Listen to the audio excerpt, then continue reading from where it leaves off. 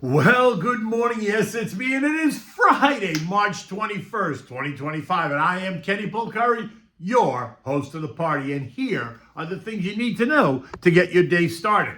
Well, stock rally? Yeah, not so much. Jeffrey Gundlach continues to call for a recession. He's been doing it 9 years now. Oil is up on Iran sanctions and OPEC cuts. Really? We'll talk about that in a minute. Bonds are flat, gold is churning, and what do we have for dinner tonight? We're going to have the caramelized red onion and sun-dried tomato cream pasta. Oh my God, delicious. Okay, remember, I know markets are anxious and that can make people uncomfortable. Go to my site, slatestone.com, click on the contact me page, send me a message, put KP in the box. I'm happy to call you. Feel free to call me at 561-244-2504. Okay, so I guess investors were not that wild with JJ's commentary, right? As stocks struggled all day, ending slightly lower as the excitement seen on Wednesday appeared to wane. The reality of those two rate cuts fading after investors dissected and digested the data and focused on the ongoing uncertainties around the potential impact of the trade war, a weakened economy, and higher future inflation. Now look, stocks did get a mid-morning boost after the existing home sales surged, rising 4.2% versus the estimate of negative 3.2%. And initial jobless claims did not rise, but that excitement was short-lived, again suggesting ongoing investor concerns amplified by policy uncertainty and ongoing volatility. Now, famed investor Jeffrey Gundlach of Double Line Capital telling us that he thinks the chances of a recession and tougher times ahead are better than 50%. And I emphasize that it is only his opinion, and his opinion has had a mixed record at best. Now, while he's built a reputation as a prominent voice in economic and market forecasting, assessing his accuracy involves looking at his track record over the years, which shows a mix of prescient calls, right? Near misses and some forecasts that completely did not pan out as expected. In the end, remember that economic forecasting is inherently uncertain, subject to unforeseen events, policy shifts, and complex variables, so no one, including Gundlach, is immune to the missteps. Now, he's been vocal about an impending U.S. recession for 9 years, started in 2016, often citing indicators like the yield curve and rising debt or weakening demand. That never happened.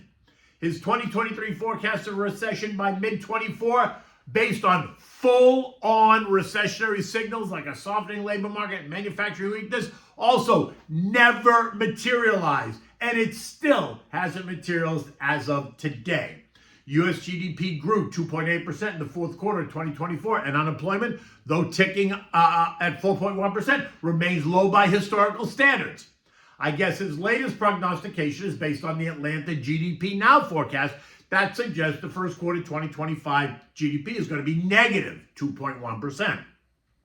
But let's be clear. Jeffrey himself noted that in late 2024 that some traditional recession indicators just don't work anymore due to shifting market dynamics, suggesting he is aware of the limits of his models. This adaptability is a strength, but it also highlights how his forecast can miss the timing of and severity of any of these events. Recall that when the yield curve inverted in 2022, every expert told us that it was just a matter of 16 to 18 months before we went into a recession. And guess what? That never happened. Now, to be sure, we will get a recession at some point. The depth and severity of it is unpredictable. But at some point, Jeffrey, along with the others, will be correct. But just not yet. It's just part of the cycle, right? Now, here are some street odds on what they think when we're going to enter a recession sometime in the next 12 months. JP Morgan is at 40%. Goldman Sachs is at 25%. Mohammed El-Arian is at 30%. Bank rates calling it a 26% chance, while polymarket traders are betting on a 39% chance. The New York Fed probability model based on the 10-year and 3-month Treasury bills, the spread is now showing a 23% chance of a recession by January of 26. Now, if you average all this together, we're somewhere between 20 and 30%. In the end, it is what it is, which again speaks to the need to have a well-defined, well-balanced portfolio. At the end of the day, the Dow lost 11 points, the S&P lost 12, the Nasdaq gave up 59, the Russell down 13 points, the transports down 55, the eagle-weighted S&P lost 25, while the Mag 7 gave up 22 points. Not a disaster by any stretch. Bonds moved a bit higher on the news, the TLT up a tenth, the TLH is up almost 2/10, while the Ag added less than a tenth, leaving yields essentially unchanged. The 2 years now yielding 3.94%, the 10 years at 4.22. Oil continues to trade in a tight range, 66 to 68, although yesterday it did trade up 2.2%, as high as 68.37 before ending the day at 68.10. This morning it's down 12 cents at 67.98. News that Trump is vowing to put maximum pressure on Iran, hoping to drive their exports to near zero, as well as the OPEC Plus plan to have 7 of their members cut production, being cited as the reasons for yesterday's surge. Now, think about this. The Saudis just pledged to raise their production in April, and now they're forcing other members to cut? Talk about the chaos! In any event, oil remains in that tight range for now. Trendline resistance is now at 69.60 with support at 66. Now, gold continues to feel a bit toppy, and while I continue to think it moves higher, I would not be surprised to see some digestion. It too is in a tight range, 3,000 to 3,060. Yesterday it rose $11, and this morning it's down $6 at 3,038. Trendline support is all the way down at 28.85. Yet, if it backs off, the chart says that there should be plenty of interest at the 29.95 level. And while all that is a possibility, my gut says that we're going to churn a bit and continue to push up. Why? Because of the continued discussion around the uncertainty surrounding tariffs, the engineered economic slowdown, the ongoing geopolitical uncertainty, and the coming recession. U.S. futures are down this morning. Dow futures down 105, the S&P is down 15, the Nasdaq's down 55, while the Russell is down 9, as the churn and thrashing around continues. There is no economic data today, but next week is a big week. We will get new home sales expected to be up 3.5%. Conference Board Consumer Confidence reading at 94. That's down from 98.3. Building permits, durable goods expected to be down 0.7%, which is down from plus 3.2% last month. Final read on fourth quarter GDP at plus 2.4%. Pending home sales, retail inventories, personal income, and spending, along with the Fed's favored inflation gauge, the PCE, which is expected to hold steady. In addition, expect to start hearing more about pre-earnings guidance. Think guidance cuts. And it started with Nike this morning, as they pointed to tougher times ahead, clouded by, guess what?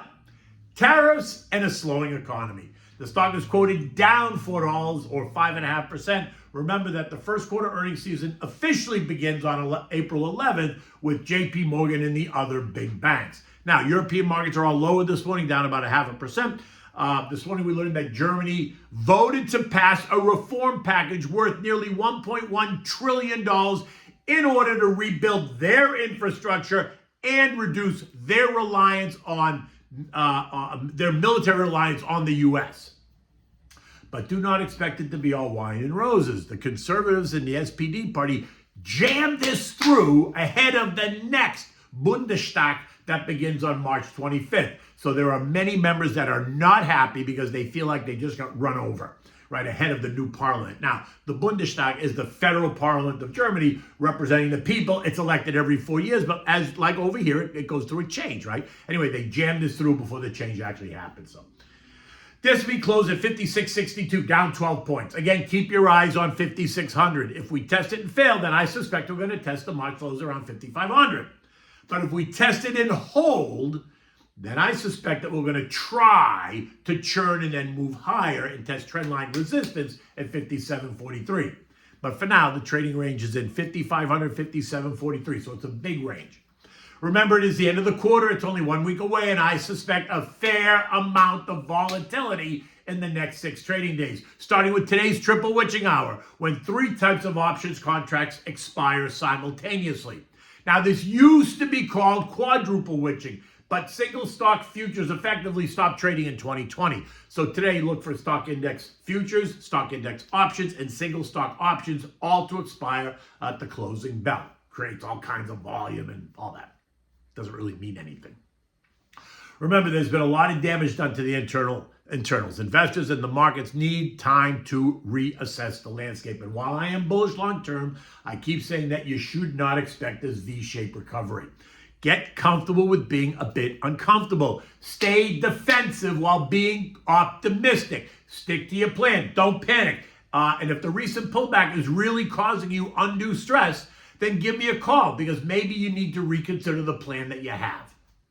Okay, so now what are we having for dinner today? Oh my God, this is so delicious. It doesn't take you very long to make. Caramelized red onion and sun-dried tomato cream pasta. Actually, in Italian, it's called pasta con crema di cipolle, Caramellate e pomodoro secchi. Oh my God, sounds beautiful, right? It is spectacular. Now for this, you need 2 large red onions, sliced thin. You need a jar of sun-dried tomatoes in the oil. You need brown sugar, balsamic vinegar, butter, and of course you need the spaghetti. Now you're going to begin by slicing the onions on a mandolin so that they're all uniform, right? Add to the saute pan with a half a stick of butter, 1 tablespoon of brown sugar, and 2 tablespoons of balsamic vinegar, and let it cook for 30 minutes on medium heat to medium-low heat, stirring it every 3 minutes. You don't want the onions to burn. You want them to kind of melt and get all purpley and gooey and delicious, right? While that's happening, bring a pot of salted water to a rolling boil on the back burner, just so that it's ready when you need it. When the onions are all cooked, right, about 30 minutes, they're all soft and purpley, you're going to place like 3/4 of them in a food processor with the sun-dried tomatoes in the oil. You're going to blend it until it becomes like a pesto-like consistency, right? Season it with salt and pepper and make it that consistency. Now, add that back to a saute pan that you cook the onions in. Now add 1/2 pound of the pasta to the water, cook it till it's al dente. Right before the pasta is done, add a ladle of the pasta water to the onion tomato mix, right? We call it tears of the gods. Now add the hot pasta to the saute pan and mix it and coat it really well. If you need to, because it's drying out, you can add another ladle of the pasta water just to keep it moist. Serve this now in warm bowls topped with some of the remaining onions that you didn't blend. Always have fresh grated Parmigiana cheese on the table for your guests. Although you may not need it, it is just delicious. Trust me on this. Try it and let me know. I'm going to make it this weekend. In any event, it is Friday. We're in Florida. The weather's going to be about 75 degrees today. Absolutely perfect. It's going to be like that all weekend. I know it's springtime now in the northern part of the country, so good luck to you. I hope the weather's beautiful there as well. Until Monday, take good care.